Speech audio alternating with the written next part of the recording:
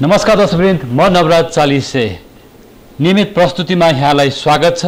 आजको कार्यक्रममा हामीले नेपाली नागरिकहरूको विदेशी ब्याङ्कहरूमा ठूलो परिमाणमा पैसा राखिएको छ भन्ने खुलासा भएको छ। यसै विषयमा चर्चा गर्नेछौँ र सम्पत्ति शुद्धिकरण अथवा सम्पत्तिको स्रोत नखुलेको रकम विदेशी ब्याङ्कका खाताहरूमा राखियो भन्ने चर्चा आएको छ। नेपाली नागरिकले विदेशमा पैसा राख्दा के कस्ता प्रावधानहरू अपनाउनु पर्ने हो अथवा क्यापिटल फ्लाइट बढ्दो रूपमा छ भन्ने पनि छ र स्विजरल्यान्डका ब्याङ्कहरूमा नेपाली नागरिकले अर्बौं रकम राखेको कुरा बाहिर आएको छ। यसै विषयमा आज हामी बहस केन्द्रित गर्नेछौँ।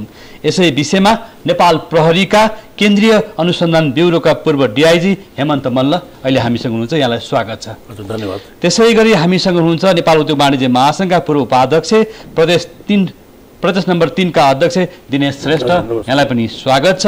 र पूर्व ब्याङ्कर्स कानुनविद यसै विषयका कानुनी अधिवक्ता विद्याकान्त अधिकारी हामीसँग हुनुहुन्छ। यहाँलाई पनि स्वागत छ। तीनजना अतिथिहरूलाई म स्वागत गर्दछु।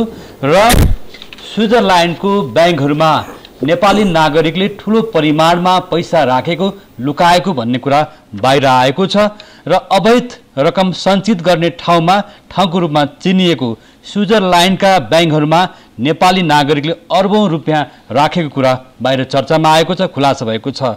र उक्त रकम किन राख्यो, के आधारमा राख्यो भन्ने कुरा, त्यसको स्रोत खुल्न सकेको छैन अथवा स्रोत नखुलेको रकमलाई विदेशी ब्याङ्कहरूमा लुकाइयो भन्ने चर्चा छ। यसलाई यो वास्तवमा प्रहरीले यसलाई कुन रूपमा हेरिरहेको छ, निजी क्षेत्र उद्योग वाणिज्य महासङ्घ जस्ता संस्थाहरूले यसलाई कुन रूपमा लिन्छ र कानुनी क्षेत्रका विज्ञहरूले के भन्छन् त? वास्तवमा नेपाली नागरिकले यसरी अवैध रूपमा कमाएको या वैध रूपमा कमाएको, कुन रूपमा कमाएको, यस्तो रकम कसरी विदेशी खाताहरूमा राखिन्छ भन्ने चर्चा छ। यस विषयमा नेपाल राष्ट्र ब्याङ्कले पनि आफ्नो धारणा बाहिर ल्याइसकेको छ। कुनै पनि नेपाली नागरिकले विदेशमा अथवा विदेशका ब्याङ्कहरूमा जम्मा गरेको रकमको 35 दिनभित्रमा सूचना दिनुपर्छ भन्ने कानुनी प्रावधान नेपाल राष्ट्र ब्याङ्कमा रहेछ। र आज हाम्रो विषय यही नै छ। म सबभन्दा अगाडि कुरा गरौँ प्रहरीबाटै। डिआइजी हेमन्त मल्ल, र विगतमा नि यहाँहरूले सिआइबीले यो विषयमा पटक पटक अनुसन्धान पनि गरेको थियो। यहाँ चाहिँ सिआइबीको प्रमुख भएर काम पनि गरिसक्नु भएको। यस्तो अवस्थामा विदेशका ब्याङ्कहरूमा नेपाली नागरिकले कसरी पैसा राख्छन् अथवा प्रहरीको अनुसन्धानले कस्तो खालको तथ्यहरू बाहिर ल्याइरहेको थियो विगतमा, के छ अवस्था? यसलाई पनि म दुईटा पार्टमा गर्छु तपाईँको। जस्तै अब स्विस ब्याङ्कको कुरा गर्ने भनेपछि 2008 मा 86.22 मिलियन स्विस फ्र्याङ्क थियो भनेपछि 2017 को मैले डाटा हेर्दाखेरि तपाईँको 322.88 मिलियन, जो कि करिब 35 अर्ब बराबर हुन्छ होइन। एउटा ब्र्याकेट चाहिँ हामीले स्विस ब्याङ्कलाई राख्नुपर्छ, किन त्यो चाहिँ पछि छलफलमा आउला। र यो सँगसँगै हामीले अर्को हेर्नुपर्ने तपाईँको विकिलिक्स, करिब 4 वर्ष पहिला विकिलिक्सको इस्यु पनि आएको थियो र त्यो बेला करिब 14 कि 15 जना नेपालीहरूको नामै त्यो बेला डिस्क्लोज गरेको, तर कति रकम भन्ने कुरा खुलेको थिएन। विकिलिक्सको इस्यु भन्दाखेरि तपाईँको यो अफसोर ब्याङ्किङको जुन कुराहरू गर्छ, भर्जिन आइल्यान्ड भयो, केमन आइल्यान्डहरू भयो, माल्टाको कुरा छ तपाईँको, त्यस्तै साइप्रसको कुराहरू हामी गर्छौँ यसमा। अब यो पैसा कसको र किन गयो भन्ने कुरा, अब यसलाई छोटोमा राखिदिउँ होइन। यो कस्तो देखिन्छ तपाईँको, अब एउटा त के छ भनेपछि स्विजरल्यान्डमा पनि नेपाली एक्सप्याट्सहरू छन् जुन कि युएनमा काम गरिरहेका छन्। एउटा अर्को के रहेछ भने तपाईँको त्यहाँको फाइनेन्सियल इन्स्टिट्युसनमा पनि थुप्रै नेपालीहरू छन् त्यहाँ काम गर्ने, र अन्य उसमा पनि नेपालीहरू काम गरिरहेका छन्। एउटा तिनको पैसा पनि हुनसक्ने एउटा कुरा। र त्योदेखि बाहेक अर्को कस्तो देखिन्छ तपाईँको, स्विजरल्यान्डदेखि बाहेक ठाउँमा बस्ने नेपालीहरू, चाहे युरोपमा होलान्, युरोपदेखि बाहिर होलान्, तिनीहरूले पनि अब ट्याक्सका कति इस्युजहरू आउँछन्। र स्पेसली अब यसलाई मैले यो युरोपभन्दा पनि मैले यसलाई कतातिर लिएर जाँदा बेटर हुन्छ जस्तो लाग्छ भने तपाईँको अफ्रिकातिर काम गर्ने, जहाँ कि पेमेन्ट ब्याङ्किङ च्यानल थ्रु हुँदैन र ब्याङ्क यो के भन्छ तपाईँको इन्कम जुन छ त्यतिको स्क्रुटिनी पनि हुँदैन। त्यस्तो ठाउँबाट पनि पैसाहरू ट्याक्स बचाउनको लागि स्विजरल्यान्ड जस्तो ठाउँमा आउँछ। अर्को भयो जस्तो यहाँ चाहिँ एउटा के सन्दर्भमा उल्लेख गर्न चाहन्छु भने यहाँ एउटा रिपोर्ट बाहिर आएको छ, सार्वजनिक भएको छ। हामीले यो विषयमा रिपोर्टिङ पनि गरेका थियौँ। हामीले गरेको रिपोर्टिङका अनुसार चाहिँ हामीले नेपाल राष्ट्र ब्याङ्कलाई नि यो विषयमा कोट गरेका छौँ। स्विस नेसनल ब्याङ्क एसएनबीले हालै मात्र सार्वजनिक गरेको सन् 2017 को वार्षिक प्रतिवेदन अनुसार नेपाली नागरिकहरूले स्विस ब्याङ्कमा ठूलो मात्रामा रकम जम्मा गरेको रहस्य खुलेको छ। सन् यहाँले भर्खर पनि भन्नुभयो सन् 2008 मा स्विजरल्यान्डका ब्याङ्कहरूमा 8 करोड 62 लाख 21 हजार स्विस फ्राङ्क बराबरको नेपाली रुपियाँ रहेको तथ्याङ्क सार्वजनिक भएको थियो। अहिले उक्त रकम बढेर 8 करोडबाट बढेर 32 करोड 28 लाख 84 हजार पुगेको छ भन्ने हामीले रिपोर्टिङ गरेका छौँ। र विभिन्न विदेशी ब्याङ्कहरूमा खाता खोलेर नेपाली नागरिकले रकम जम्मा गर्नु गैर कानुनी भएको नेपाल राष्ट्र ब्याङ्कको भनाइ छ। यसमा राष्ट्र ब्याङ्कका डेपुटी गभर्नर चिन्तामणि शिवाकोटीले जुन कुरा हामीसँग बताउनु भएको छ। सन् 2017 मा स्विस ब्याङ्कहरूमा नेपाली ब्याङ्कहरूको 30 करोड 72 लाख 71 हजार स्विस फ्राङ्क रहेको तथ्याङ्क छ। त्यस्तै 1 करोड 47 लाख 85 हजार स्विस फ्राङ्क अन्य ग्राहकको भएको एसएनबीले जारी गरेको प्रतिवेदनमा उल्लेख गरेको छ। तर ब्याङ्कको प्रतिवेदनमा भने 8 लाख 29 हजार स्विस फ्राङ्क बचतकर्ताको परिचय भने खुलाइएको छैन। यता नेपाल राष्ट्र ब्याङ्कले भने नेपाली नागरिकहरूले बिरामीको उपचार अध्ययन भ्रमण र वस्तु खरिदका लागि मात्रै विदेशी ब्याङ्कहरूमा रकम जम्मा गर्न पाउने कानुनी व्यवस्था रहेको छ। तर सम्पत्तिको स्रोत नखोलेको रकम भने राख्न पाइँदैन। यदि त्यसरी राखिएको छ भने पनि नेपाल आएको 35 दिनभित्र राष्ट्र ब्याङ्कलाई जानकारी गराउनु पर्ने प्रावधान छ भनिएको छ। यो विषयमा अब हामी कानुनी क्षेत्रबाट यहाँले हिजो पनि पूर्व ब्याङ्कर्स भएर पनि काम गर्नुभयो। यो विषयमा विद्याकान्त सर, हाम्रो कानुनले के भनेको छ? यसरी अहिले सम्पत्तिको स्रोत नखोलेको र विभिन्न च्यानलबाट कमाएको अवैध तरिकाबाट आर्जन गरेको विभिन्न खालका वर्ग अथवा समुदायका व्यक्तिहरूको रकम ठुलो मात्रामा छ भन्ने कुरा हिजोदेखि नै धेरै चर्चामा छ होइन? वास्तवमा स्रोत नखोलेको र खास गरेर क्रिमिनल इन्टेन्ट हुन्छ, अपराधिक गतिविधि मानसिकता राखेर अपराधिक गतिविधिबाट आर्जन गरेको जे जति पनि सम्पत्ति हुन्छ त्यसलाई चाहिँ सम्पत्ति शुद्धिकरणको पर्भ्यूभित्र राखेर हेर्नुपर्ने गरेर सम्पत्ति शुद्धिकरण ऐन आएको छ 2064 सालमा र यसले व्यापक गरेको छ। यसले कभरेज चाहिँ व्यापक गरेको छ। व्यापक कभरेज गरेर ट्याक्स इभेजनदेखि ब्याङ्किङ अफेन्ससम्मका इस्युजहरू छन् होइन, करप्सनका इस्युजहरू पनि छन्। अब यो हामी डिटेलमा ऐनमा गयौँ भनेदेखि यो चिजहरू आइ नै हाल्छ। यो भित्र आर्जन गरेको आर्जन मात्रै होइन, त्यसको अरू लाभ पनि गरेको, त्यसपछि फर्दर जुन इन्कम अथवा प्रोसिड्सहरू आउँछ त्यो पनि के हो त भन्दाखेरि त्यो सम्पत्ति शुद्धिकरणको पर्भ्यूभित्र पर्छ र यो गैर कानुनी हो भन्ने कुरा गरेको छ। यो गर्नु गराउनु हुँदैन भन्छ मनी लन्ड्रिङ लले हामी कहाँ होइन। अब स्रोत खोल्ने भन्ने भन्दा पनि अब वास्तवमा स्रोत भन्दा ब्याङ्ककै प्रतिवेदनले चाहिँ अब 8 करोडबाट बढेर त्यो उहाँको ब्याङ्कले गरेको चाहिँ एसएनबी ब्याङ्कले गरेको प्रतिवेदनमा अनुसार अहिले चाहिँ 32 करोड चाहिँ नेपालीहरू 32 करोड 28 लाख 84 हजार रुपियाँ चाहिँ पुगेको छ भनेको छ। यो यसमा एउटा दुईटा कुरा गजबको लाग्यो मलाई। हाम्रो डेपुटी गभर्नरको स्टेटमेन्ट भनेर हजुरले कोट गर्नुभयो। एउटा त हामी कहाँ विदेशमा लगानी गर्न प्रतिबन्ध लगाउने ऐन छ 21-22 सालतिरको, जम्मा 2-2.5 पेजको ऐन छ। त्यो धेरै थोरैलाई मात्रै थाहा होला जस्तो पनि लाग्छ र त्यसले के भन्छ भन्दाखेरि विदेशी ब्याङ्कमा खाता खोल्नु पनि अपराध हो भन्छ, गैर कानुनी हो भन्छ। अब यसको मोनिटरिङ आजसम्म भएको छैन भन्ने किन देखिन्छ भने यसको त सबैतिरबाट खिल्ली उडेको छ। यहाँबाट जाने बित्तिकै हरेक स्टुडेन्टले पनि त्यहाँ एकाउन्ट नखोलिकन पढ्न पनि पाउँदैन, त्यहाँनिर गभर्मेन्टको एटेन्सन गएको अवस्था देखिँदैन होइन। अब हामीले कानुनी रूपमा भन्नु पर्यो भनेदेखि त कानुनले प्रतिबन्ध लगाएको नगर्नु भन्ने चिज गरेको त कसुर हो नि, अपराध हो नि। एउटा पाटो त्यो छ। अनि अब दोस्रो कुरा जुन अब डेपुटी गभर्नरकै भने हजुरले कोट गर्नुभयो, जस्तो 35 डेज अथवा विदिन 15 डेज कति भन्नुभएको थियो, त्यो भित्र चाहिँ विदेशमा जम्मा गरेको छ भने यहाँले राष्ट्र ब्याङ्कलाई जानकारी गराउनुपर्छ। यो आफैमा कन्ट्राडिक्टरी कुरा हो। पहिलो कुरा, जुन चिज गैर कानुनी हुन्छ जम्मा गरेर लिएर आएर यहाँ जानकारी गराएको कारणले त्यो कानुनी अथवा वैध हुने कुरा हुँदैन। अब मलाई जहाँसम्म लाग्छ डेपुटी गभर्नरको भनाइको पछाडिपट्टिको रिजन के हो हुनसक्छ अनुमान मेरो भनेदेखि हामीले विदेश जाँदाखेरिमा उपचारको लागि होला अथवा विभिन्न जेन्युइन कजको लागि हामी जब विदेश जान्छौँ विदेशी मुद्रा चाहिन्छ। किनभने हामीलाई त मतलब त वर्षमा कति दिन्छ, $2500 दिन्छ साट्नलाई एकजना इन्डिभिजुअलको लागि ट्राभलिङको लागि भनेर होइन। सार्कमा त्यो पनि अझ लिमिटेड छ। यस्तो हिसाबबाट गएको छ भने त्यसरी लिएर गएको पैसा तर पछिल्लो दिनमा हुन्डीको कारोबार होइन। म त्यहाँनिर म आउँदै राख्छु। म एन्टी मनी लन्ड्रिङको पर्भ्यू र हुन्डीलाई एकै ठाउँ जोडेर हेर्दैन हेरौँ होइन। अनि त्यो छ, त्यस कारणले गर्दा त्यसरी राष्ट्र ब्याङ्कबाट ड्यू अप्रुभल लिएर गएको फरेन करेन्सी चाहिँ यति बच्यो भनेर जानकारी गराउनु पर्ने भन्ने एस्पेक्टबाट उहाँले भन्नुभएको हो भने त्यो टु सम एक्सटेन्ट लजिकल पनि हुन्छ। राष्ट्र ब्याङ्कबाट जुन जारी गरिराखेको हुन्छ फरेन एक्सचेन्ज म्यानेजमेन्ट ल छ हाम्रो 2019 सालको, त्यसको अन्डरमा बसेर जुन सर्कुलरहरू इस्यु भएको हुन्छ ती सर्कुलरले यी चिजहरूलाई कभर गर्छन् होइन। तर विदेशमा कमाएको पैसा आएर 15 दिनभित्र राष्ट्र बैंकलाई जानकारी गराएको कारणले त्यो लिगल हुने हो र विदेशमा आफै जम्मा गर्न जानु गैर कानुनी हुने भन्ने कुरा आफैमा कन्ट्राडिक्टरी भयो। अब मनी लन्ड्रिङको पाटोमा मैले अलिकति डेफिनेसन्सको पार्ट क्लियर गरेँ। हामी कहाँ कस्तो रहेछ भने अलिकति बुझ्न जरुरी पनि छ। वास्तवमा हामी लर्निङ बाई डुइङमा रहेछौँ क्या ब्याङ्किङ भने चाहिँ। हामी कहाँ यो 2003-04 मा चाहिँ गाइडलाइन आयो FATF भन्ने चाहिँ फाइनेन्सियल एक्सन टास्क फोर्सले पहिलोपटक कस्टमरको आइडेन्टिफिकेसन गर्नुपर्छ भन्ने। म त्यतिखेर स्ट्यान्ड चार्टमा काम गर्थेँ।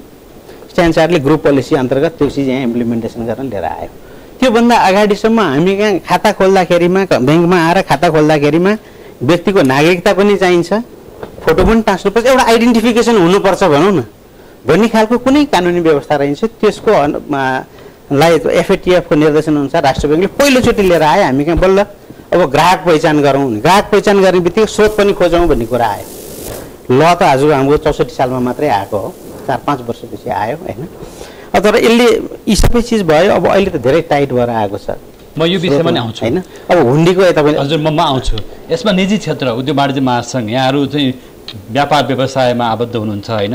अब हाम्रा केही उद्योगी व्यापारीहरूले चाहिँ विदेशमा चाहिँ पैसा राख्छन्, क्यापिटल फ्लाइट गर्छन् भन्ने चर्चा धेरैपल्ट चलिरहेको छ। वास्तवमा उद्योग वाणिज्य महासङ्घले कसरी हेर्छ यसलाई? होइन, फ्लाइट गर्ने कुरो भन्दा पनि अहिले हेर्नुहोस् 30 लाखभन्दा बढी मान्छे नेपालीहरू बाहिर काम गरिरहेछ भन्ने राज्यले नै भनेको छ। अनि अब विदेशहरू हुन जस्तै 10औं लाख अध्ययनको सिलसिलामा बसेहरू बाहिरै बसेर सेवा गरिरहेको अवस्था छ। हाई डिग्रीहरू लिएर डाक्टर इन्जिनियर पेसामा पनि बाहिर बसिरहेका छन् भनेपछि तिनीहरूलाई उनीहरूले कमाएको पैसा त वैध पैसा नै हो। त्यो पैसा राख्नलाई एनआरएम जति पनि छ उनीहरूले राख्ने पैसालाई हामीले के भन्ने त भन्दाखेरि त्यसलाई त समस्या छैन। उद्योग वाणिज्य महासङ्घले के भनेको छ भने बाहिर हामीले लगानी गर्न पाउनुपर्छ नै भनेको छ। हाम्रो विमति के थियो भने औद्योगिक व्यवसाय ऐनमा एउटा धारा राखेर लगानी बाहिर गर्ने कामलाई मात्र हामीले विरोध गरे हो, होइन भनेदेखि त्यसको छुट्टै कानुन बनाएर हामीले बाहिर लगानी गर्न दिनुपर्छ र हुनुपर्छ। त्यो भयो भनेदेखि चाहिँ एउटा वैध हुन्छ वैधानिक। र यो जुन विदेशी विनिमय ऐन जुन छ नेपालमा त्यो धेरै पुरानो भइसकेको छ, त्यसलाई चाहिँ नि परिमार्जित गर्नुपर्छ भनेर थुप्रै लागेका छौँ। तर चाहिँ अब आर्थिक नियमसँग आर्थिक कारोबारसँग लागेको नियमहरू चाहिँ नि अब होला आउने दिनमा त्यो चाहिँ परिमार्जन भइरहेको छैन द्रुत गतिमा भनौँ न।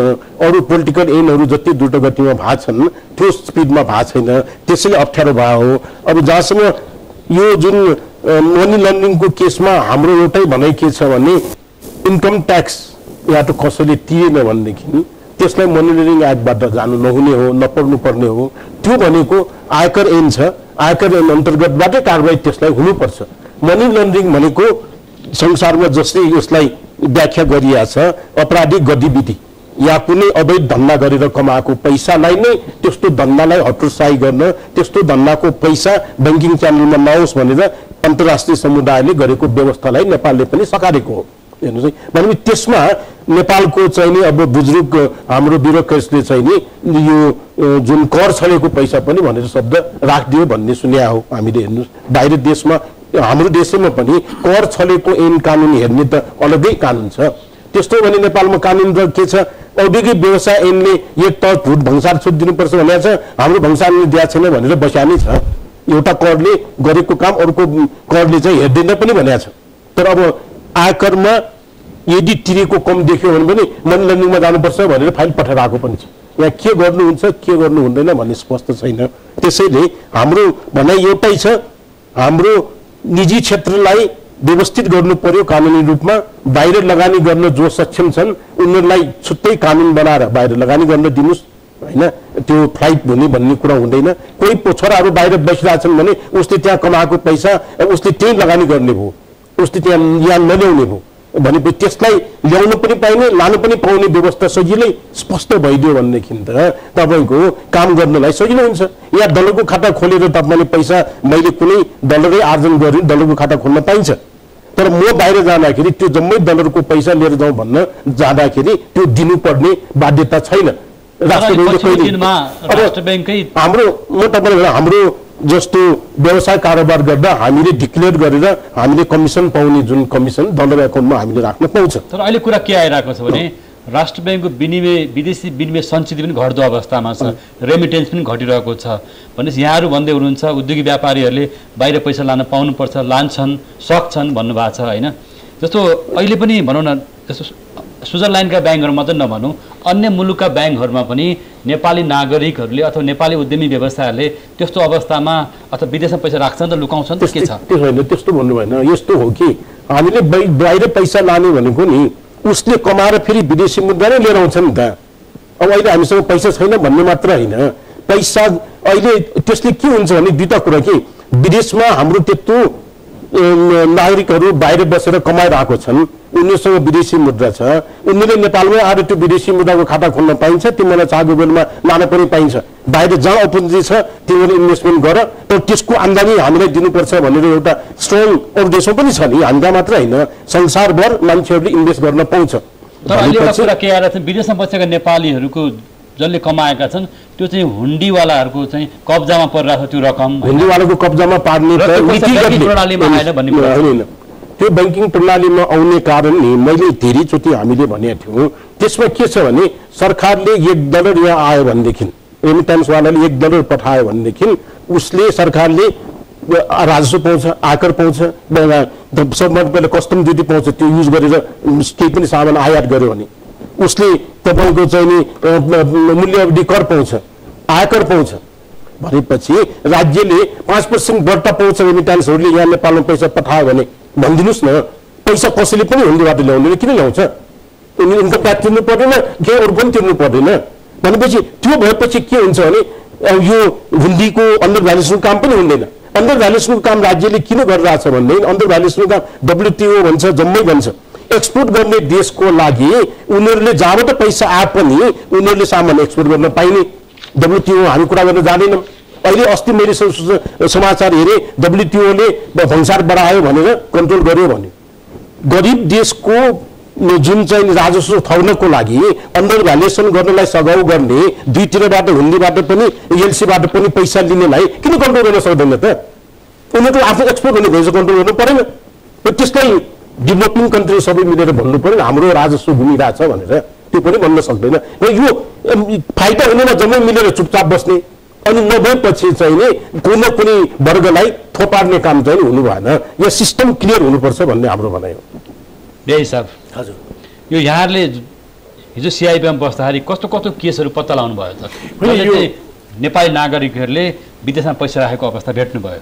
जस्तो यहाँले पनि भन्नुभयो, जस्तो कि अब सन् 2008मा हामीले जुन तथ्याङ्क हेर्दा 8,32,21,000 रुपियाँ चाहिँ स्विस फ्र्याङ्क बराबरको रकम राखिएको थियो, तर आज यो रकम बढेर चाहिँ 32,28,84,000 पुगेको छ नि त। यसमा प्रहरीको निगरानी पुगेन कि अथवा राज्यको निगरानी पुगेन कि के कारणले होला? होइन, निगरानी कुरै छैन। तपाईँ जस्तो अब हामी कुरा गर्ने ऐनको जमाना यहाँ आइसक्यो। कुरा हामी 1920 कुरा ऐन चाहिँ 1920 को ऐन छ होइन। अर्कोतिर बिजनेसको जुन ओपन बिजनेसको एटमोस्फियरको जुन कुरा छ नि त्यहाँ पनि ढोका लगाइदिरहेको छ। र मैले एउटा सिम्पल दिन एउटा भन्न खोजेको के हो तपाईँको, जस्तै अहिले कुनै विदेशमा बसेर नेपालीहरू एक्सपायर्सहरू काम गरिरहेछन् होइन, काम गरिरहेछन्, उनीहरूले यहाँ पैसा लिएर आउने के भन्छ अवस्था पनि छैन। किन? रिपाट्रिएसनको। जस्तो पैसा लिएर आएपछि त्यति पैसा लिएर रिपाट्रिएट गर्न पाउने किन पाउने? जस्तै इन्डियाको हामी हकमा कुरा गरौँ न, इन्डियामा तपाईँले विदेशमा कमाएको लिगल पैसा कुरा गर्दैछौँ हामीहरू, लिगल पैसा तपाईँ लिएर आयो भने 100% तपाईँ रिपाट्रिएट गर्न पाउनुहुन्छ। नेपालमा रिपाट्रिएसन व्यवस्था छैन, नम्बर 1 कुरा। नम्बर 2 कुरा, तपाईँको त्यहाँ तपाईँले आम्दानी गर्नुहुन्छ, त्यहाँ पनि तपाईँले ट्याक्स लाग्छ र तपाईँले यहाँ पैसा फेरि लिएर आउनुहुन्छ र यहाँ पैसा लिएर आउँदाखेरि तपाईँ के छ, एउटा त विदेशी उसमा इन्ट्रेस्ट पनि छैन, 1% होला, त्यति पनि छैन मलाई थाहा छैन। र अब जस्तै अस्ट्रेलियाको हकमा यदि कुरा गऱ्यो भने तपाईँको 6%सम्म डलर एकाउन्टहरूमा तपाईँको पैसा दिन्छ। त्यहाँ एकतिर के छ, इन्ट्रेस्ट रेट पनि छैन यहाँ, र अर्कोतिर के छ तपाईँको ट्याक्स, उता पनि ट्याक्स काट्छ र ब्याङ्कमा राखेपछि ब्याङ्कले अटोमेटिकली ब्याङ्कले पनि ट्याक्स काटिरहेको हुन्छ। सर्भिस चार्ज लिन्छ, डबल ट्याक्सको सिस्टमहरू छ। जस्तो यहाँले जुन हिजो अनुसन्धान गर्दा कस्तो कस्तो तथ्यहरू बाहिर ल्याउनु भएको थियो, कस्तो कस्तो कुराहरू, मतलब कसरी त्यो पैसा जाँदो रहेछ? पैसा जाने त सजिलो छ तपाईँको। अब एउटा त जुन हामीले स्विजरल्यान्डमा भएको पैसाको जुन कुरा गर्दैछौँ त्यहीँबाट सुरु गर्नुपर्छ। यो पैसा सबै इलिगल हो भन्न पनि मिल्दैन। किन मिल्दैन? मैले तपाईँले भने नि स्विजरल्यान्डमा तपाईँको ठुलो सङ्ख्यामा नेपाली एक्सपायर्सहरू छन्, त्यहाँ ठुलो सङ्ख्यामा नेपाली एक्सपायर्स विश्वभरिमै छ। युएनको युएनमा तपाईँ डाइरेक्टर लेभलका मान्छेहरू छन्, युएनमा ठुल्ठुलो पोजिसनका मान्छेहरू छन्, त्यहाँ फाइनेन्सियल सेक्टरमा तपाईँको ठुल्ठुलो मान्छेहरू काम गरेर छन्। हो, त्योदेखि बाहेक पनि के हुन सक्छ तपाईँको नेपालमा जुन यो ट्याक्सबाट जोगिनुको लागि बाहिर पैसा एउटा पैसा फ्लाइ नगर्न सक्ने अवस्था छैन भने त्यो पनि भनिन्न फेरि एउटा त्यो भयो होइन। जस्तो नेपालमा चाहिँ अवैध सम्पत्ति लुकाउनेहरू अथवा विदेशी नागरिकै पनि हुनसक्छ, जो यहाँ शरणार्थी भएर बसिरहेको हुनसक्छ, जसले अघि पनि उहाँले पनि भन्नुभयो आपराधिक गतिविधिमा संलग्न छ, जो चाहिँ अब भनौँ न व्यापारमा संलग्न छ, जो आज यहाँ व्यापार गर्छ भोलि अर्को ठाउँ व्यापार गर्न पुग्छ, यस्ता खालका व्यक्तिहरू जसलाई चाहिँ करको दायरामा आइरहेका छैनन्, त्यस्ता व्यक्तिहरूले लुकाएको हुनसक्छ नि त। हुनसक्छ, त्यो छैन मैले भनेको छैन तपाईँको। एउटा त करको दायरामा आउन चाहने त्यो पैसा पनि फ्लाइ गर्न सक्छ। यो स्विजरल्यान्ड मात्रै नभनौँ न, स्विजरल्यान्डदेखि बाहेकको त्यो पछि अरू थप कुरा पनि आउला, त्यसको इक्जाम्पलै दिउँला हामीहरू। स्विजरल्यान्डदेखि बाहेकका जुन तपाईँको अफसर ब्याङ्किङहरू छन् त्यहाँ पनि पैसा गएर पैसा नेपालमा नआएको छैन नि त। एउटा त त्यो हो। अर्को मलाई लाग्यो तपाईँको किनभने मैले यो कुरा उठाएको छु, नेपालमा उद्योग व्यापारहरू आज ठप्प छ, बन्द छ, लगानीकर्ताले लगानी गरेको देखिँदैन, खालि हामी कहाँ एउटा सीमित व्यापार केही भएको छ, आयातित व्यापार मात्रै छ, उद्योगीहरूको पैसा खोइ त कहाँ गयो? होइन, उद्योगीहरूको पैसा कहाँ गयो भन्नुलाई त नेपाल सरकारसँग उद्योगीहरूले कति कमायो भन्ने कुरा त प्रस्तै छ नि, उसको ब्यालेन्स सिट छ। आज नेपाली ब्याङ्कहरू वित्तीय संस्थाहरूमा लगानी योग्य रकम छैन भनिरहेको छ ब्याङ्कहरूले होइन।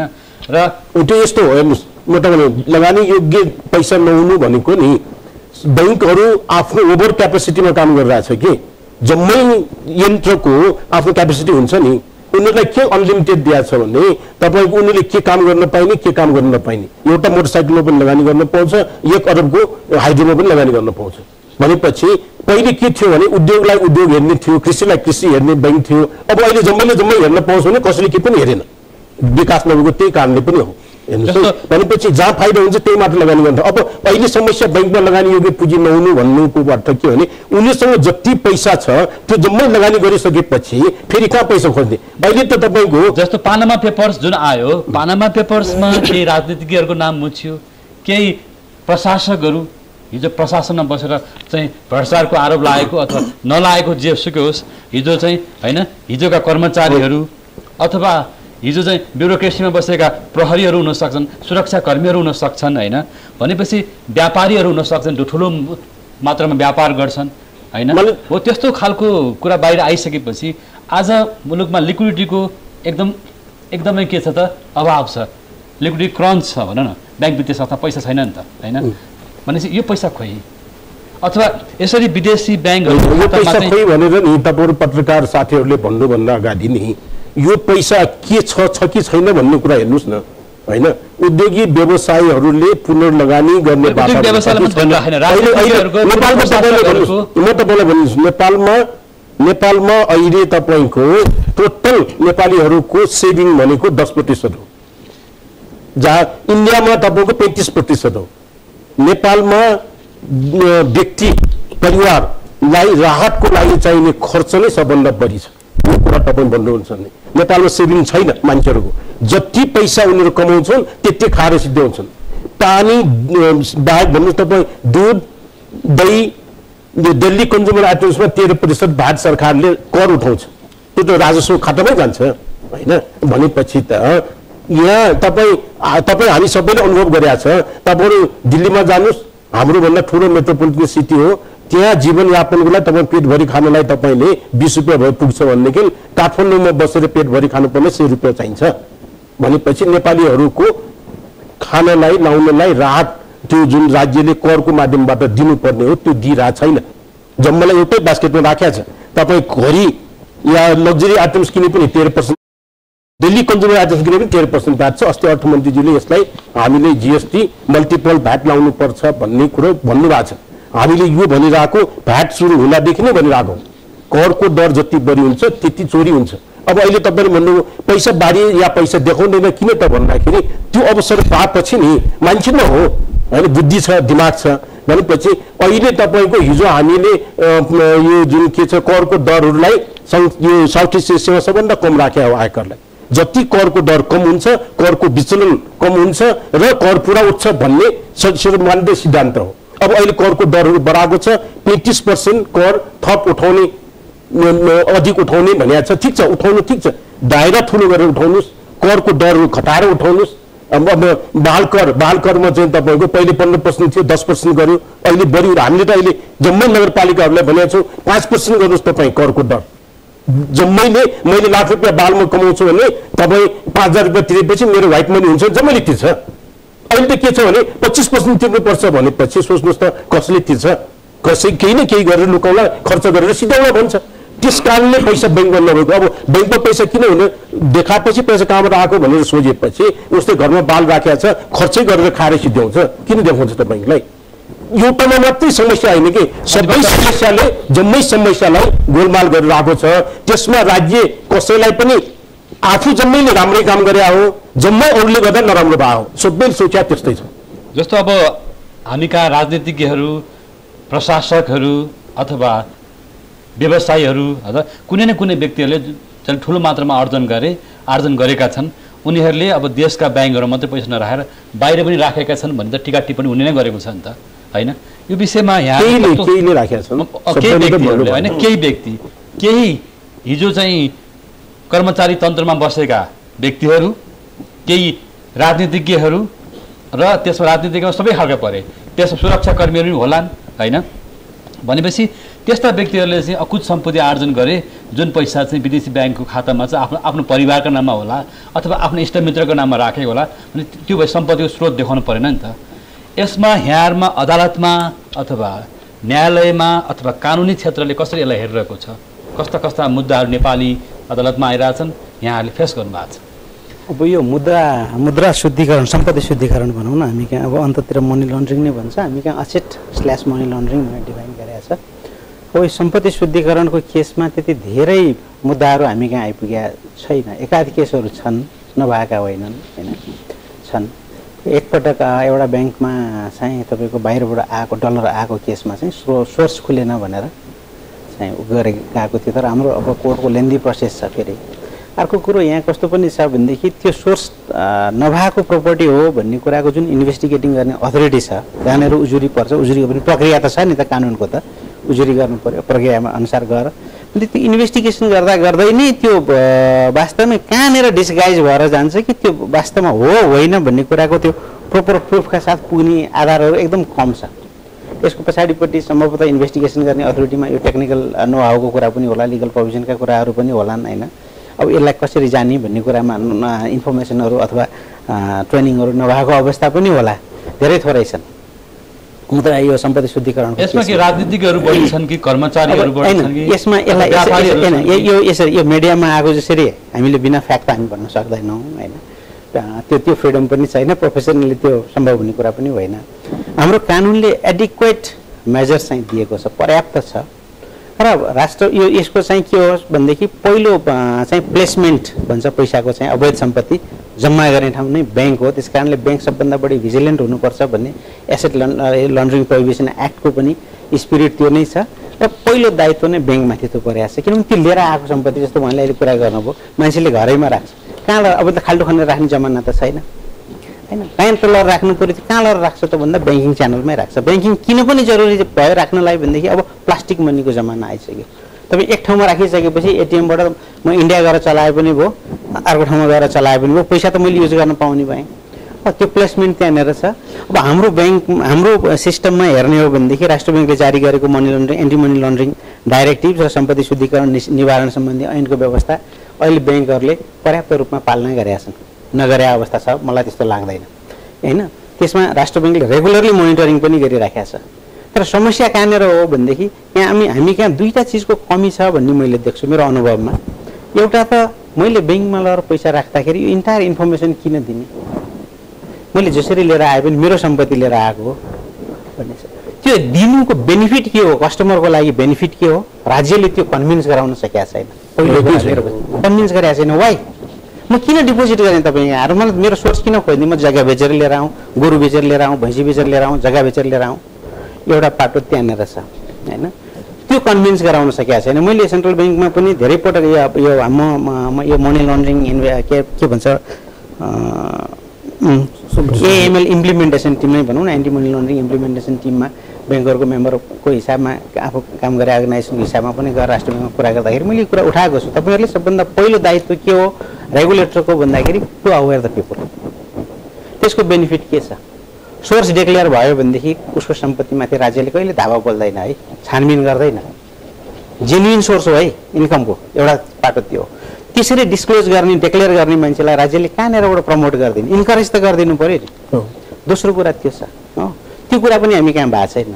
हामी कहाँ के छ भनेदेखि उजुरी हाल्ने चलन छ। अख्तियारमा तपाईँ जानु, सिआइबीमा सर हुनुहुन्छ, मेरो अनुभवमा, मेरो बुझाइमा जे इन्फर्मेसन, जे इन्डाइरेक्टली कुराकानी हुँदाखेरिमा आउँछ, अधिकांश उजुरी हामीका प्रतिशोधका आधारमा आएका छन्, फ्याक्चुअल बेसिसमा छैन कि यसलाई लगाइदिउँ 2-4 महिना दुःख पाओस् न त, त्यो मेन्टालिटीले गएका छन्। अनि त्यो मेन्टालिटीमा आइसकेपछि एउटा प्रक्रियामा उहाँहरू पनि छिर्नुपर्छ। इन्भेस्टिगेटिङ अथोरिटी यत्तिकै डम्पिङ साइडमा लगाएर एप्लिकेसन फाल्न त मिल्दैन हो। अनि त्यो इन्भेस्टिगेसन पनि कम्प्लिट हुँदैन, रिजल्ट पनि केही नै आउँदैन। इन्भेस्टमेन्ट भएकै छ, श्रम इन्भेस्टमेन्ट भएको छ, माइन्ड इन्भेस्टमेन्ट भएको छ, ह्युमन इन्भेस्टमेन्ट भएको छ, तर रिजल्ट आउँदैन होइन। यी चिजहरू छन् राज्यले गर्न सकेका छैन। अब त्यसले गर्दाखेरि यहाँको ब्याङ्किङ च्यानलबाट जुन पैसा बाहिर गयो भन्ने तपाईँको प्रश्नसँगको सन्दर्भ छ, यो जाँदाखेरि ब्याङ्किङ च्यानल थ्रु गएको सम्भावना धेरै कम होला। त्यो गएको छ भने त्यो सोर्सफुल वेबाट, जेन्युइन वेबाट कमाएको पैसा मात्रै गएको छ, प्रोपर ब्याङ्किङ च्यानलबाट। अब अहिले बाहिरको ब्याङ्करले हामीलाई त त्यसै पनि ब्ल्याकलिस्टमा राख्ने भने 2013-14मा त एफएटिएफको टिमै आएको थियो। यहाँ हेर्नुहोस्, नेपाललाई अब फर्दर कालो सूचीमा राख्ने कि नराख्ने भनेर अर्थ मन्त्रालयमा बगाइदा हुने भएको थियो, राष्ट्र ब्याङ्कको थियो। कोइन्सिडेन्टली म पनि त्यो उसमा चाहिँ बसिरहेको थिएँ। हाम्रो प्रोसेस के छ, तिमीहरूको ब्याङ्कभित्र कसरी इन्भेस्टिगेसन गर्छौ होइन, मनी लन्ड्रिङ यो सोर्सेस कसरी गर्छौ, कस्टमर आइडेन्टिफिकेसन कसरी गर्छौ, रिस्क बेसमा कस्टमरलाई high risk, low risk, medium रिस्कमा कसरी क्लासिफाई गर्छौ, सारा सिस्टमका कुराहरू सोधेको थियो। हामीले त्यतिखेर जवाफ दिए पनि हो, त्यहाँ पनि ब्याङ्कको सिइओहरू पनि हुनुहुन्थ्यो केही होइन। त्यसले गर्दाखेरि यहाँनिरबाट गएको चिजहरूमा त्यसरी इलिगल्ली गएको। अब दोस्रो कुरा कसरी गएको छ भन्दा हुन्डीबाट गएको छ, जसलाई होइन, जसलाई सेन्ट्रल ब्याङ्कले कतैबाट पनि यो लले कन्ट्रोल गर्न पनि सकेको छैन, सेन्ट्रल ब्याङ्कले एड्रेस गर्न पनि सकेको छैन, र यो वास्तवमा इलिगल हो, गैर कानुनी ढङ्गबाट काम भइरहेको छ भन्ने कुरा जानकारीमा आइसकेपछि पनि, आएर पनि हाम्रो इन्भेस्टिगेसन गर्ने कारोबार गर्नेहरूलाई प्रहरीले पनि निगरानी गर्न सकेको छैन। म त्यहीँनिर आउँदै थिएँ। जो इन्भेस्टिगेटिङ अथोरिटी छ, जसले यो चिजहरू हेरिदिनुपर्छ, उनीहरूले पनि नजरअन्दाज गरेछ भन्छ, नसकेको होइन। हाम्रो पुलिस फोर्स एकदम इफेक्टिभ छ जस्तो देख्छु मैले। धेरै ठाउँमा मेरो साथीहरू पनि छन् सिनियर लेभलमा, कहिलेकाहीँ बसेर कुराकानी हुँदाखेरि उनीहरूले जुन ढङ्गबाट एक्सप्रेस गर्छन् नि, क्वाइट क्यापेबल छ। तर त्यो गर्न नखोज्या हो कि कता कता के चिजको कहाँ के मिलेको छैन भने म जान्छु है। थाहा छैन, यो मेरो अनुमान हो, फेरि फ्याक्चुअल बेसिसमा उ नगरौँ। तर पुलिस फोर्स क्यापेबल छ। हामी कहाँ एक इन्डिभिजुअलको, म यति चाहिँ यति कन्फिडेन्स हो, एक इन्डिभिजुअलको इन्फर्मेसन लियो भने पनि हाम्रो पुलिस फोर्सले निकालेर लिएर आउन सक्छ। त्यो अवस्थाको छ। तर इम्प्लिमेन्टेसन पार्टमा गएपछि कहाँनिर के विकनेसेस भएको छ, यहाँको प्रश्न हाम्रो सिआइबी अथवा प्रहरी सङ्गठनले, प्रहरी बलले त्यो कुरा किन पत्ता लगाउँछ अथवा लगाएर पनि जुन कुरालाई डिग आउट गर्नुपर्ने जसरी ल्याउनु पर्ने हो त्यो भइरहेको छैन। एकचोटि आउँछ मिडियामा अनि निकै हल्ला हुन्छ, पछि फेरि सेलाउँछ। अनि जस्तै सबभन्दा पहिला त हामीले तपाईँले जुन कुरा सोध्नुभएको थियो नि अघि, त्यो मैले कुरा पनि गर्न पाएन कि जस्तै मनी लन्ड्रिङका केसहरू होलान् या तपाईँको फाइनेन्सियल केसहरू होलान्, फाइनेन्सियल केसहरूको जति पनि दायरा चाहिँ सिआइबीले हेरेको मुद्दामा हामीले हेर्दाखेरि पनि यो नेपालभन्दा बाहिर गएको छैन कि, यो स्विजरल्यान्डको लेभलमा या अफसोर ब्याङ्किङको लेभलमा गएको पनि छैन। नम्बर 1 कुरा। नम्बर 2 कुरा, मैले सेभ गर्न खोजेको होइन। फेरि एउटा कुरा, यो कस्तो तपाईँको, किन म पनि मेम्बर थिएँ सिआइबीको त्यो इन्चार्ज हुँदाखेरि, इन्फर्मल ब्याङ्किङको जुन एउटा तपाईँको समिति चाहिँ राष्ट्र ब्याङ्कमा छ कि। मेरो भनाइ कस्तो थियो त्यो बेला पनि भन्दाखेरि, नेपाल पुलिसले त समातिरहेको छ होइन, समात्छ, ल्याउँछ, विदेशी विनिमय मुद्दा चलाउँछ, र हुन्डी भनेर मुद्दा चलेको एउटा पनि केस मलाई चाहिँ लाग्दैन कि। जब हुन्डी एक्सपर्टिज पनि राष्ट्र ब्याङ्क हो, र राष्ट्र ब्याङ्क अगाडि आओस्, नेपाल प्रहरीलाई पछाडि लगाऊ, नेपाल प्रहरीलाई पछाडि लगाएर चाहिँ यसलाई हुन्डीको रूपमा डिल गरौँ, विदेशी विनिमयको हिसाबले होइन भनेर मैले पटक त्यहाँ हुँदाखेरि पनि भनेको। र त्योदेखि बाहेक पनि हेर्नुहोस्, यो समातेको छ, त्यो कस्तो छ भनेपछि समात्दाखेरि पनि लिएर आउँछ, कति केही विदेशी मुद्रा फेला पर्छ, र त्यो इन्भेस्टिगेसन त्यही रोकिन्छ, त्योभन्दा अगाडि इन्भेस्टिगेसन पनि जान्दैन होइन। र जस्तै अहिले जति पनि कुरा छ, विदेशतिर पैसा फ्लाइ हुने भनेको तपाईँ हुन्डी मार्फतै हो। र एउटा तपाईँले इन्स्टान्स कस्ता व्यक्तिहरू अथवा विदेशी नागरिक हो कि नेपाली नागरिक छन् कि जस्तो यहाँले त जुन कुराहरू पत्ता लगाउनु, नेपाली नागरिकहरू छन्, कुरै गर्नु पर्दैन तपाईँ, नेपाली नागरिकहरू छन् यसमा। फेरि कस्तो त हुन्डी भनेको त व्यापारसँग पनि जोडेको छ। अस्ति गोल्डको इस्यु आउँदाखेरि जम्मै हुन्डी त्यसमा पनि जोडेको छ हुन्डी त। जस्तो आज गल्फ कन्ट्रीहरूमा काम गर्ने नेपाली युवाहरूले कमाएको रकम पनि हुन्डी मार्फत आउँछ। यो सिम्पली के भने जुन अघिदेखि हामी कुरा गरिरहेको छ नि, गभर्मेन्टले ब्याङ्किङ सेक्टरले पनि कस दिएको छ, के भन्छ उसमा यो ऐनियमले पनि फाइनेन्सियल ऐनियमले पनि कस दिएको छ राम्रो यो रेगुलेटर चाहिँ उसले पनि कस दिएको छ भनेपछि तपाईँको मनी त्यस्तै इन्फर्मल ब्याङ्किङ सेक्टरबाट फ्लाइ हुन्छ विदेशी ब्याङ्कको खातामा पैसा राख्ने कस्ता नागरिक नेपाली नागरिक छन् त अथवा उहाँले भन्नुभएको छ जग्गा बिक्री गर्ने गोरु बेच्ने त होइन होला होइन म अघि पनि त्यही भन्न खोजेको त्यो पुरा गर्न पाएन मैले एउटा त कसमा तपाईँको विदेशमा भएका नेपाली नागरिकहरू जो कि विदेशमा पैसा कमाइरहेछन् त्यसले लिगल सोर्सबाट पनि राखेका छन् अर्को मैले तपाईँलाई भन्न खोजेको जुन अफ्रिका लगायतका केही देशको मैले कुरा किन जोड्न खोजेको पछिल्लो दिनमा सुन तस्करी र सुन तस्करीको कुरा निकै जोरदार रूपमा उठ्यो हजुर अब सुन किन्नको लागि पनि विदेशी मुद्रा चाहिन्छ हैन र सुन बिक्री गर्दा पनि विदेशी मुद्रा आर्जन हुन्छ यसमा ठुल्ठुला केसहरू नेपाली उसमा चाहिँ यो बाहिर पर्दामा आइसकेको छ हजुर अनि तस्करीका सुनहरू पनि भित्रिने गरेको रहेछ नेपालभित्र र यहाँ भित्रेर अन्यत्र जाने गरेको रहेछ भनेपछि यसको नेटवर्क त देख्यो नि त यो त म पहिलादेखि भन्दै आएको छु जस्तै हामीले यहाँ पनि छलफल गरेको थियो भन्दा पहिला जस्तो पनि लाग्छ मलाई होइन किनकि यही पैसा जोडिएको छ कि त्यसमा र कुन पैसा नेपालीहरूको भन्दाखेरि तपाईँ जस्तै अब नेपालबाट पनि ट्याक्स इभेजन गर्नको लागि नेपालको पैसा पनि इन्फर्मल ब्याङ्किङ सेक्टर पनि बाहिर गएको छ अब त्यसमा सबै व्यापारीले हामीले मुस्न पाइँदैन किनकि सरकारले यस्तो कस दिएपछि उसले काहीँ न काहीँबाट एउटा बाटो खोज्छ एउटा त्यो हो र जुन हामी करप्सनको कुरा गर्छौँ नि हामीहरू करप्सन पनि तपाईँ ठुल्ठुलो डिलहरू यो पेटी करप्सनको कुरा नगरौँ 2-4 करोड 8-10 करोड तपाईँ यही हराउँछ कि नेपालले त्यसलाई बाहिर जानु पर्दैन जुन ठुल्ठुलो डिलहरू हुन्छ नि त्यो पेमेन्ट पनि तपाईँको यहाँ पैसा बस्दैन त्यस्ता पैसा पनि या अफसोर ब्याङ्कमा गएर बस्ने हो या तपाईँको स्विस ब्याङ्कहरू जस्तो ठाउँमा गएर बस्ने हो र अर्को डिल भने कस्तो ठुलो डिल हो तपाईँ हाइड्रो पावर लेभलको डिल होला या तपाईँको बाहिरका कम्पनीहरूसँग जुन डिल कि बिलियन्समा हुन्छ नि बिलियन्समा डिलहरू हुन्छन् त्यो डिलको पैसाको जुन कमिसनको पेमेन्टहरू पनि यस्तैमा छेड्यो फेरि त्यो त तपाईँ यहाँ ल्याउन सक्नुहुन्न नि त त्यो ब्याङ्कमा लगेर कसले राखिदिन्छ भन्नुहोस् त त्यत्रो ठुलो रकमहरू त्यो जाने भने तपाईँको यस्तै अफसोर ब्याङ्किङहरूमा जाने हो या जुन ठाउँमा तपाईँको सोर्स माग्दैन त्यो ठाउँमा जाने हो र त्यस्ता ऊ पनि छन् र एउटा अर्को मैले यसमा जोड्न खोजेको तपाईँको र यो के छ तपाईँको जस्तै विदिन फ्यामिली ठुल्ठुलो बिजनेस फ्यामिलीमा पनि मैले बाहिर पनि देखेँ कि तपाईँ ठुल्ठुलो बिजनेस फ्यामिलीमा एक अर्कासँग प्रपर्टी लुगाउने पनि हुन्छ त्यो ठुल्ठुलो फ्यामिलीहरूमा त्यस्तोबाट पनि पैसाहरू बाहिर जाँदो रहेछ फ्यामिलीभित्र पनि लुकाउने जुन छ नि यस्ताबाट पनि बाहिर जाँदो रहेछ एउटा अर्को यसमा मैले तपाईँले जोडेको खोजेको हामी खालि स्विस ब्याङ्कको मैले कुरा गर्दैछौँ हामी तपाईँ करिब करिब यो विदेशी ब्याङ्कको खाताहरूमा हो स्विस ब्याङ्क र पनामाको गर्दैछौँ हामीले अर्कोतिर के हेरेका छौँ तपाईँको नेपालमा पनि त पैसा आएको छ नेपालमा अफसोर ब्याङ्कको 2टा ठुल्ठुलो इस्यु छ कि त्यो इस्युबारे नेपाल सरकारले के बोलेको छैन जस्तै 9 अरबको थियो नि त त्यो त ब्रिटिस भर्जिन आइल्यान्डबाट आएकै पैसा हो त्यो फेरि हामीहरू सिआइबी त्यो बेला कति सब त राष्ट्र ब्याङ्कले रोकेको होइन भन्नुहोस् त 9 अरबको रोकेकै हो अब त्यो पैसाको बारे हामीले किन बोलेनौँ त्योभन्दा पहिला तपाईँको ठुलो रकम आएर यो ब्याङ्क किनेकै सबलाई थाहा छ त्यो कुरा त्यो त मिडियामा आइरहेको छ बिचबिचमा त्यो पनि के भन्छ तपाईँको पैसा आएकै भनेको के भन्छ ब्रिटिस भर्जिन आइल्यान्डबाट आएको ब्याङ्कै किनेको छ एउटा ठुलो त्यो त सबलाई त्यो मिडियामा आइरहेको छ बिचबिचमा आइरहेको छ त्यसको बारेमा हामीले रेगुलेट नगर्ने खालि हामीहरू तपाईँको अहिले जुन यो आइरहेको छ राष्ट्र ब्याङ्कको पनि कन्सर्न उसको कन्सर्न भनेको 35 यो 3.22 मिलियन भन्छौँ त्यसमा इलिगल मात्रै होइन म भन्दैछु अघिदेखि त्यहाँ बस्ने नेपाली ठुलो नेपालीहरूको सङ्ख्या छ लिगल पैसा पनि त हुनसक्छ त्यो हाम्रो टार्गेट भनेको तपाईँको पनामा लिक्समा टार्गेट गर्नुपर्ने होइन भन्नुहोस् त पनामा लिक्समा त 14-15 जनाको नामै बाहिर आएको छ नामै आएको छ बाहिर त्यो इन्भेस्टिगेसन किन गरेन हामीहरूले त्यो इन्भेस्टिगेसनमा हामीहरू अगाडि बढ्न सक्दैनौँ त्यो त्यसै लाएर गयो जबकि यो जो स्विस ब्याङ्कको जुन कुरा गरिरहेको छ नि त्यसमा रकमको आज को मान्छे हो कस्तो हो लिगल होइन लिगल हो त्यो कुरा हामीले खोजेकै छैनौँ पनामा लिक्सको त कमसेकम इलिगल हो भन्ने कुरा त आइसक्यो नि बाहिर त त्यही खुट्टा टेको न र जुन अघि हामीले कुरा गऱ्यौँ यहाँ पैसा आएको यो के भन्छ ब्रिटिस भर्जिन आइल्यान्डको त्यसमा हामीले के गर्न नसक्ने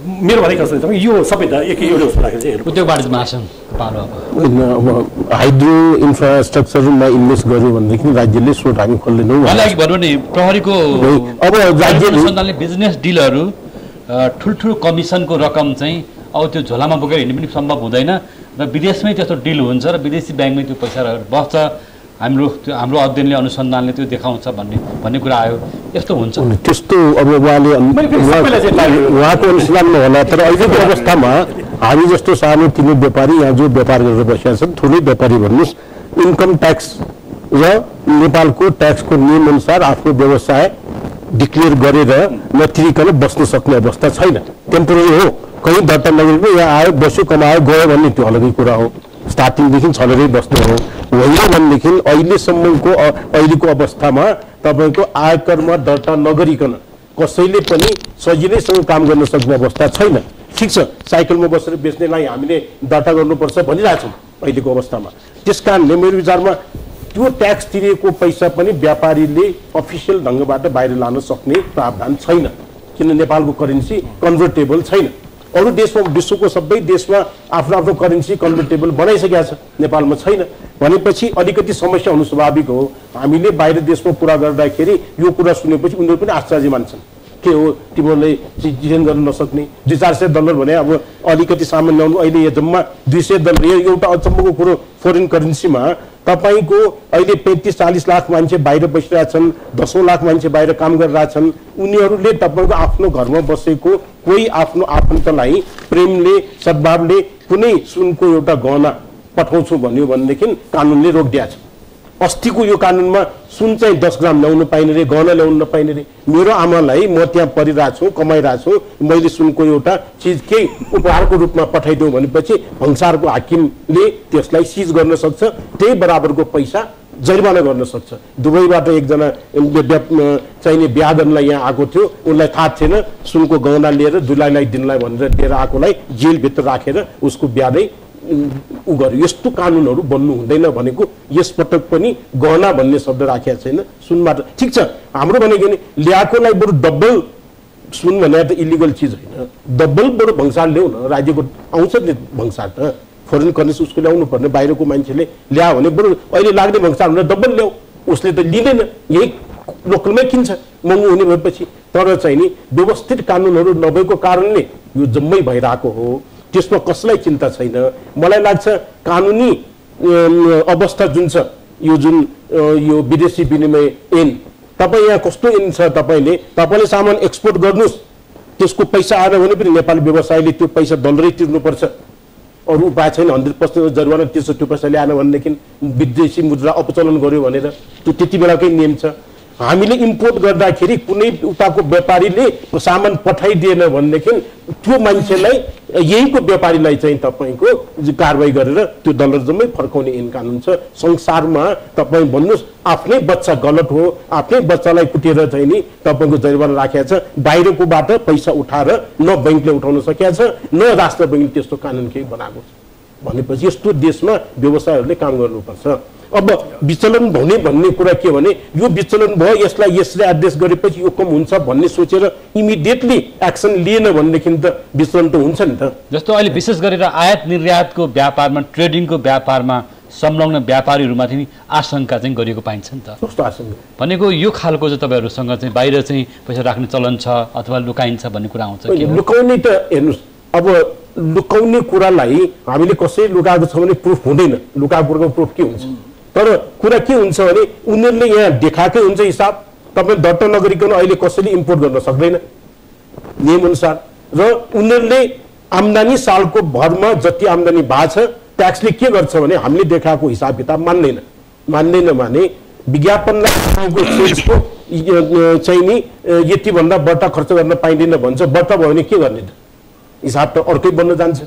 त्यसकारणले कानुनी रूपमा पनि हाम्रो समस्याहरू छन् कि त्यसलाई कति छिटो एड्रेस गरिदियोस् भन्ने हामीले चाहेको। विदेशी विनिमय एक्टलाई त हेर्नु पर्यो भने छ, यो मात्र होइन, 100औं एक्टहरू छन् कि यो जति पनि समस्याहरू भइरहेका छन्। मैले भने सानो तिनो मात्रै गरिदियो भने पनि ल रेमिटेन्स पठाउने जम्मैले बैंक थ्रु रेमिटेन्स पठाऊ, हामी चाहिँ यति पैसा थप दिन्छौँ बैंकले भनेर भनिदियो भनेदेखि मलाई लाग्छ कोही पनि चाहिँ नि विदेशी काम गर्नेहरूले चाहिँ तपाईँको अरू च्यानलबाट आउँदैन, आएको त छ नि त। तपाईँले जम्मैले गर्यो नभन्नुहोस्, त्यत्रो रेमिटेन्सबाट अहिले राज्य चलिरहेछ भनेर तपाईँले भन्नुहुन्छ भने त्यो जम्मै त लिगल वेबाटै आएको हो नि। अब कसैले यताबाट ल्याउनुलाई चाहेन भनेदेखि उनीहरूलाई पनि कसरी ल्याउने भन्ने बाटो त छ नि त। नेपालमा 100% फुल्ली कन्भर्टेबल भयो भने त यो डिबेटै हुँदै थिएन होइन। त्यस कारणले बाहिर राखेको पैसाहरू पनि मान्छेहरूले जेन्युन कमाएको त्यहाँको पैसाहरू यहाँ ल्याउनखेरि यहाँ नेपाल सरकारमा डलर हुँदैन, एनसी हुन्छ ल्याउने बित्तिकै। हेर्नुहोस्, डलर एकाउन्टमा खाता खोल्यो भने केही पनि पाइँदैन, फेरि त्यो लान पाइँदैन भनेपछि त्यस्तो प्रावधानलाई करेक्सन हुनुपर्छ। मलाई जान्छ त्यो चाहिँ नि जम्मै यो सबभन्दा एन्टी लन्च एक्टमा जुन कुरो लेखिया छ नि, अवैध धन्दा गरेर अपराध गरेर गोली यो आर्म्स एम्युनिसनमा काम गरेर त्यो नहोस् भनेर हतोत्साही गर्नलाई यो कानुन आएको हो। त्यसैमा बसेर मात्रै राज्यले हेरिदिनु पर्ने हो, भ्रष्टाचार हुनु भएन भन्ने कुरो। तर यहाँ करको पनि आएको हुनाले मात्रै व्यापारीहरूको कन्सर्न हो। कानुन क्षेत्र कसरी हेरिरहेको छ यो विषयलाई, जुन कुरा उहाँले कानुनमा पनि केही समस्याहरू छ, स्पष्टता छैन भन्ने कुरा राख्नुभयो? होइन, यसमा चाहिँ कस्तो छ भनेदेखि हो, एक हिसाबबाट हेर्दाखेरि ट्याक्सेसनको इस्युलाई पनि मनी लन्ड्रिङभित्र नजोड्यावा हुन्थ्यो भन्ने कुरा एउटा कन्सर्न चाहिँ छ। किनभने त्यसको लागि रेगुलेट गर्ने छुट्टै ल छ, ट्याक्सेसन ल छ।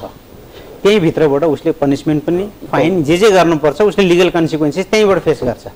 त्यस कारणले नगर्यावा हुन्थ्यो भन्ने कुरा छ होइन। तर अब यो एफएटिएफको 40वटा आजको यो फाइनेन्सियल एक्सन टास्क फोर्स भन्ने छ, एफएटिएफको 40वटा रिकमेन्डेसनमध्ये 12-15वटा रिकमेन्डेसन ब्याङ्किङहरूले गर्नै पर्छ भन्ने छ। र सबै मुलुकहरूमा त्यो 40 रिकमेन्डेसन्सलाई चाहिँ लको रूपमा कुनै न कुनै रूपमा ल जोड दिएको छ। त्यो बाहेक इन्टरनेसनल कन्भेन्सनहरूमा पनि त्यसरी गएको छ भनेदेखि त्यो मनी लन्ड्रिङको पर्भ्यूभित्र पर्छ भने चाहिँ तीभित्र चाहिँ यी कुराहरू पनि परेका छन्। अमेरिका आफैले पनि त्यसलाई सही गरेको छैन, त्यो परेको छ होइन, त्यो परेको छ। अमेरिका आफैले पनि त्यो कुरालाई परेको हुनाले हामी कहाँ पनि यो कुराहरू आयो। अब ट्याक्स जस्ट नेपालमा यो कुरा पटक उठिरहेको छ होइन, प्रहरीले के अनुसन्धान गरेको, कारबाही गरेको भेटिन्छ, तर यो कुरा दोहोरिरहेको छ।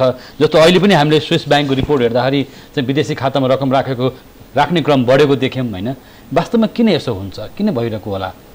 होइन, मैले हजुरलाई सुरुमा पनि भने यो कुरा गर्दाखेरि हामीमा पनि सुधार आउनु जरुरी छ। सुधार आउनुको पछाडि के हो भन्दाखेरि हामीमा चेतना आउनु पर्यो। के हाम्रो राजनीतिज्ञहरूको अथवा कस्ता व्यक्तिको पैसा चाहिँ विदेशी खातामा जान्छ होला, यहाँलाई के लाग्छ? यहाँले मतलब कस्ता व्यक्तिहरूले कसरी कमाएको पैसा चाहिँ विदेशी ब्याङ्कको खातामा जाँदो रहेछ, जुन कुरा प्रहरीले कहिलेकाहीँ अध्ययन गरेर पनि पत्ता लगाइरहेको छ होइन। अब यो चाहिँ त यहाँनिरसम्म अनुमान गर्न त सकिँदैन कस्ता व्यक्ति भन्ने भन्दाखेरिमा। तर एउटा चिज के देखिया छ एपेरेन्टली भनेदेखि तपाईँको अहिले कम्पेरिजन गरेर हेर्ने केही वर्षदेखिको भनेदेखि पोलिटिसियन्सहरू नपत्याउँदरी धनी भएर आएको स्थिति छ। पार्टी रन भइराखेको छ। त्यो पैसा कहाँबाट आउँछ त्यसको अडिट पनि छैन, त्यसको सोर्स पनि डिक्लेयर हुँदैन। किन चुनावमा धेरै खर्च भएको पनि देखियो, चुनावमा देखिया छ नि पैसा कहाँबाट आउँछ। किन चुनावमा पैसा नहुने व्यक्ति त अब चुनावमा आउनै नसक्ने, सामान्य अब तपाईँको त्यो भ्याल्युजको पोलिटिकल त्यो जुन लिडरहरू छ उनीहरूले अब भ्याल्यु बेस्ड पोलिटिक्स गर्न छोडिदियो भन्ने स्थिति भइसक्यो। हामी कहाँ त्यो भ्याल्युको कुनै अर्थ छैन। कहाँबाट आयो? राजनीतिक क्षेत्रमै बढी चाहिँ त्यो एउटा नखोलेको पैसा आयो। राजनीतिक क्षेत्रै हो यसको लागि जिम्मेवार चाहिँ, किनभने प्रमोट गर्ने यसैले हो भन्नुपर्छ।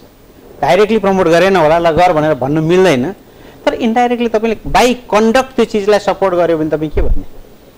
दर्शन र सिद्धान्तको राजनीति भन्दा पनि त्यो त धेरै पर गइसक्यो। हेर्नुहोस् जोसँग पैसा छ, पैसा कसरी आयो भने बाहिरबाट आयो भन्ने। अब हामी अधिकारका कुरा धेरै गर्छौँ। अहिले कन्स्टिट्युसनमा हेर्नुहोस् ड्युटीको कुरा कहीँ पनि छैन। हामीले राइट क्लेम गर्दाखेरि ड्युटी पनि पुरा गर्नुपर्छ है, ओबे गरेर आउनुपर्छ, त्यसपछि बल्ल राइट क्लेम गर्न पाइन्छ भन्ने एउटा प्रिन्सिपल थियो। अब हामी कहाँ हेऱ्यो भने जहाँसुकै राइटै मात्रै छ। अब तपाईँको पोलिटिसियन्सहरूले यसरी प्रोटेक्सन दिएको छ, कसलाई प्रोटेक्सन दिएको छ? ओपन छ, त्यहीँनिरबाट यो पैसाहरू आउने जाने गर्छ, नत्र त यसरी एकैचोटि आउँदैन। दोस्रो कुरो सुरुमा उहाँले कुरा गर्नुभएको थियो ब्याङ्किङ च्यानलको पनि कुरा आयो, पैसाको अभाव छ भनेर। मेरो हिसाबमा यो चाहिँ कहाँनिर गएको छ, एउटा त यो डिक्लेरेसन गर्न नचाहने तत्त्व छ। यसको मतलब के हो भन्दाखेरि जसले डिक्लेयर गर्न चाहँदैन he has some criminal intent in his mind, र अर्निङ द्याट प्रोपर्टी त्यो क्रिमिनल पार्टबाटै आएको छ, कुनै न कुनै माध्यमबाट। एब्डक्सन होला, चोरी डकैती होला हो, अथवा अरू कुनै माध्यमहरू होला होइन। अब ट्याक्स इभेजनमै पनि म उ गर्छु, किन हामी कस्ता मेन्टालिटीका छौँ। एउटा सानो इक्जाम्पलको लागि कान्तिपथको एउटा जग्गा सरकारी मूल्याङ्कन कति छ एकछिनलाई मानौँ, निर्वाचन आयोगको वरिपरिको 50 लाख होला अहिले, अथवा 60 लाख रुपियाँ पर आना होला। तपाईँ 60 लाख रुपियाँ किन्न सक्नुहुन्छ? त्यो सम्भावना छैन हो। म एउटा इक्जाम्पल भन्दैछु है तपाईँलाई। यो मनी लन्ड्रिङमा सोर्स कसरी चाहिँ हाइड हुन्छ भन्ने कुरा पनि हो कि म एउटा तपाईँलाई भन्न खोजेको। 60 लाख रुपियाँ होला। अब अहिले ट्रेड भन्नु पऱ्यो भने 1-1.5 करोड रुपियाँभन्दा 2 करोडभन्दा तल ट्रेड हुँदैन होला त्यहाँको जग्गा हो। अब गभर्मेन्टलाई मालपोतमा रेभिन्यू त तिर्नु पऱ्यो नि त हो। सुरेन्द्र पानजी मन्त्री हुँदाखेरि तपाईँको क्यापिटल गेन ट्याक्सको कन्सेप्ट पनि ल्याउनु भयो। 5% 2% का कुराहरू त्यहाँनिर छन्। त्यसले जसले अर्न गर्छ उसले तिर भनेको छ, त्यो प्रिन्सिपल्ली जायज कुरा पनि हो। तर 2 करोडको प्रोपर्टीमा मैले 2 करोडमा मैले सेल गरेँ एक आना जग्गा हो। अब मैले मालपोतमा तिर्ने दस्तुर कति त? अब हेर्नुहोस् है, अब 60 लाख रुपियाँ सरकारले तिरेको छ, त्योभन्दा कम म तिर्न सक्दिनँ, पाउँदिनँ। Legally I am not allowed. 60 lakh minimum देखाउनु पऱ्यो। अब माथि 2 करोड देखाउँदाखेरि 2 करोडको अहिले राजीनामा दस्तुर कति छ? 4.5% कति छ अहिलेको उसमा रिसेन्ट हेरिन लास्ट इयरको 4% थियो एकछिनलाई मानौँ न एउटा इक्जाम्पलको लागि 2 करोडको तपाईँ 4% बुझाउन तयार हुने कि 60 लाख रुपियाँको 4% बुझाउने लिगल्ली त 60 लाख रुपियाँ सरकारले तोकिया रेटमा त मैले गरेको छु नि भन्यो भनेदेखि अब बाँकी रहेको 1 करोड 40 लाख रुपियाँको सोर्स खै त मसँग त छ नि त 2 करोड रुपियाँ त आयो हो 2 करोडमा त मैले बेचेँ नि त प्रोपर्टी त तर मैले रेभिन्यू कतिको तिरेँ सरकारले तोकिया रेटको तिरेँ त्यो बीचको तपाईँ उसलाई पैसालाई के भन्ने त्यो त सोर्स हाइड गरे त्यो त ब्ल्याक मनी नै हो नि त्यो त लन्ड्रिङ नै गरे हो भनेर मान्नुपर्छ कि पर्दैन तपाईँले हाम्रो हिसाबबाट हेर्ने हो भनेदेखि आयकर नतिरेको होइन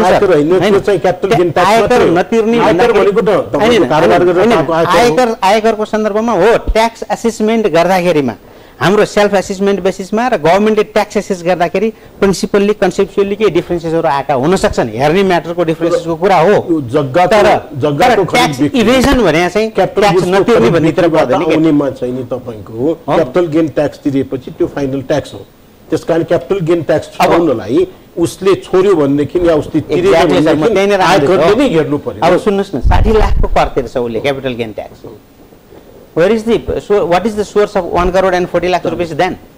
प्रश्न त्यहाँ समस्याहरू धेरै छन् हाम्रो मेन्टालिटीमा पनि प्रब्लम छ बरु हामी 50,000 रुपियाँ मालपोत अधिकृतलाई अथवा मालपोत कार्यालयमा खुवाएर त्यो डिल डन गराउन चाहन्छौँ राज्यलाई रेभिन्यू तिर्न चाहदैनौँ यो एट लार्ज पिपल एट लार्जमा यो कन्सेप्ट छ एउटा पाटो त्यो हो हैन दोस्रो चीज म ट्याक्स अभोइडेन्समा ट्याक्सको कुरामा ट्याक्स अभोइडेन्समा जान्न ट्याक्स अभोइडेन्स भन्ने बित्तिकै हामीले के बुझ्छौँ भन्दाखेरि कानुनी बाटा छन् जसको अवलम्बन गरेर करको बर्डन कम गर्न सकिन्छ तर इभेजन भने चाहिँ इभेजन भनेको इन्टेन्सनल हो त्यो इन्टेन्सनललाई यसको पर्भ्यूभित्र राखेर नाजायज होइन भन्ने मलाई लाग्छ यो विषयमा प्रहरी सिआइबीले के गर्न सक्छ के गरिरहेको छ अनि यसमा के पनि गर्न सक्दैन हेर्नुहोस् किनकि दुनिया यति समस्याको हामीले कुरा गरिसक्यौँ अब जस्तै फेरि म फोकस गर्न चाहन्छु तपाईँको जस्तै स्विजरल्यान्डमा भएको पैसा फिर्ता लिएर आउन सकिने नसकिने उसमा यदि कुरा गर्ने लिएर आउन सकिन्छ ब्याङ्कको खातामा भएको पैसा फिर्ता यदि इलिगल भने लिएर आउन सकिन्छ त्यसको इक्जाम्पल तपाईँलाई दिन्छु कि किन सकिन्छ भनेपछि स्विस गभर्मेन्ट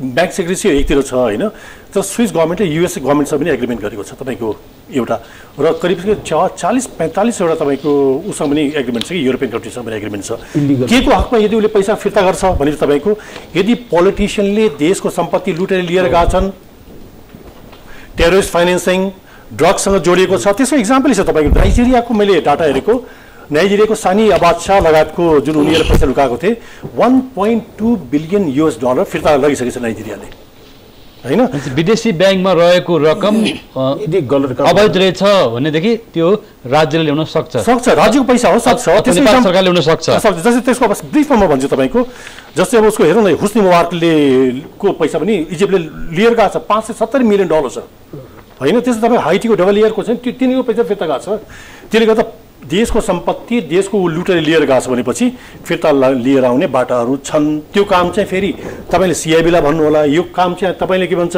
मनी लन्ड्रिङलाई भन्नु उसले सक्दैन यो काम भने तपाईँ गभर्मेन्ट हो म यहाँनिर एउटा सानो एक लाइन एड गरौँ यो सम्पत्ति शुद्धिकरण निवारण जुन छ नि यसले जुन डिफाइन गरेको छ त्यो पर्भ्यूबाट अर्न भएको जुनसुकै कन्ट्रीमा भएको भए पनि मान्छेलाई समातेर लिएर आउन सक्ने सम्पत्ति फिर्ता लिएर आउन सक्ने इन्टायर अथोरिटी गभर्मेन्टलाई दिएको छ यदि नेपाल सरकारले चाह्यो भने त्यो ब्याङ्कको खातामा रहेको चाहिँ अवैध रकम ल्याउन सक्छ यसमा कानुनी व्यवस्था छ तर त्यो देशको पनि कानुनले दिनुपर्छ यहाँ विदेशीको सम्पत्ति छ भने यही जफत गर्न पनि सकिन्छ त्यो डबल जियो पार्टीको तर यसमा राजनीतिक इच्छा शक्ति हुनु पर्यो राजनीतिक इच्छा शक्ति त हुनु पर्यो नि ultimately it's led by the politician and done by the तपाईको गभर्नमेन्ट अरु कसले गर्ने हामी त कराउने मात्रै हो राजनीतिक इच्छा शक्ति हुनु पर्यो भनेपछि अहिले विदेशी ब्याङ्कका खातामा रहेको रकम ठुलो परिमाणमा त्यस्ता रकम छ त्यस्तो रकम ल्याउन सरकारले हिम्मत गर्नु पर्यो र ठुलो राजनीतिक इच्छा शक्ति हुनु पर्यो कानुनी स्पष्ट व्यवस्था छ कानुनले त्यसरी विदेशमा त्यस्तो अवैध रकम राख्न पाइँदैन भन्ने कुरा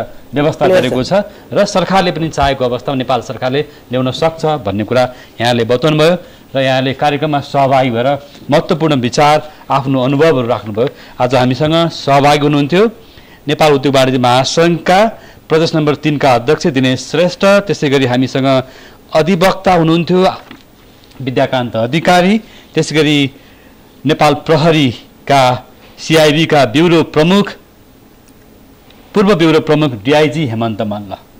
तपाईँहरू तिनैजनाप्रति हामी आभारी छौँ। हस्, धन्यवाद। दर्शकवृन्द, स्विस ब्याङ्कको खातामा नेपाली नागरिकको ठुलो मात्रामा रकम रहेको खुलासा बाहिर भएको छ। स्विस ब्याङ्कमा मात्र होइन, विदेशी ब्याङ्कका खाताहरूमा नेपालीहरूले विभिन्न स्रोतबाट कमाएको अवैध स्रोत या वैध स्रोत के हो त्यो विषयमा छानबिन हुन जरुरी छ। नेपाल सरकारले अवैध स्रोतबाट कमाएको रकम यदि विदेशी खातामा अथवा विदेशी ब्याङ्कको खातामा राखेको छ भने ल्याउन सक्छ, ल्याउने कानुनी प्रावधान छ भन्ने कुरा आजका अतिथिहरूले व्यक्त गर्नुभएको छ। आज सहभागी हुनुभएका अतिथिहरूप्रति आभार व्यक्त गर्दै हामी यो यस्ता विषयवस्तुहरूमा फेरि पनि बहस पैरवी गर्नेछौँ। आज भने हामी सबै बिदा माग्छौँ। नमस्कार।